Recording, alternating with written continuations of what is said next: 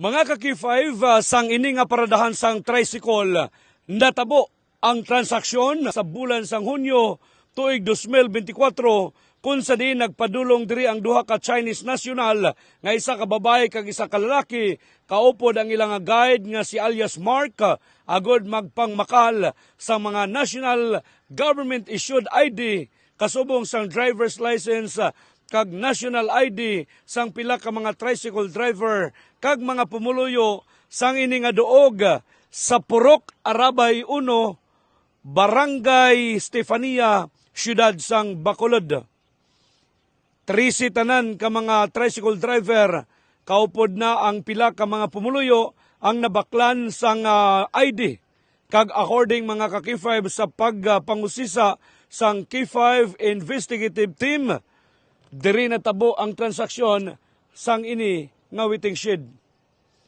Suno pa sa mga nabaklan, wala naman ginakuha ang ilang mga identification card.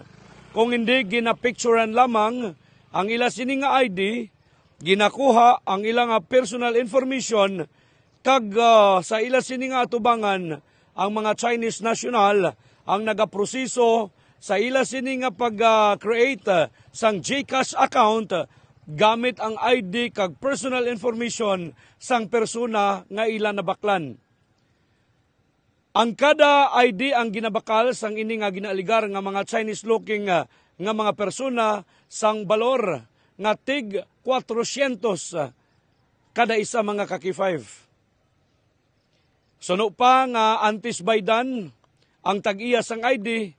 kailangan anay nga maghatag sang confirmation o kung mag-reply ang GCash nga na-verify na ang ila sining application antes hatagan sang bayad ang tag-iya sang ID. Ang ini nga ginaligar nga Chinese looking nga mga persona ang kabaluman maghambal sang hiligaynon. Kag suno pa nga ginimbitahan na ini sang mga katapo sang police station number 4 sadto man nga adlaw sang sila ang gina-entrap sang aton nga mga kapulisan while nagapatigayon sang transaksyon sa ini nga lugar apang ginbuyan ini bangod nga wala naman sang reklamante. Apang bangod sa paghublas sang ini nga modus operandi sang K5 News FM kag pagtakol liwat ini nga isyo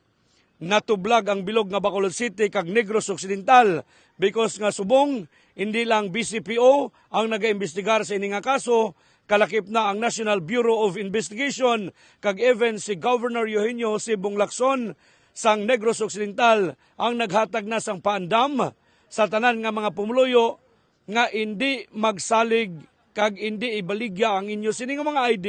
kay base hinali gamiton ini sa illegal nga mga aktibidad kag kamo pa ang makasuhan sa ulihi.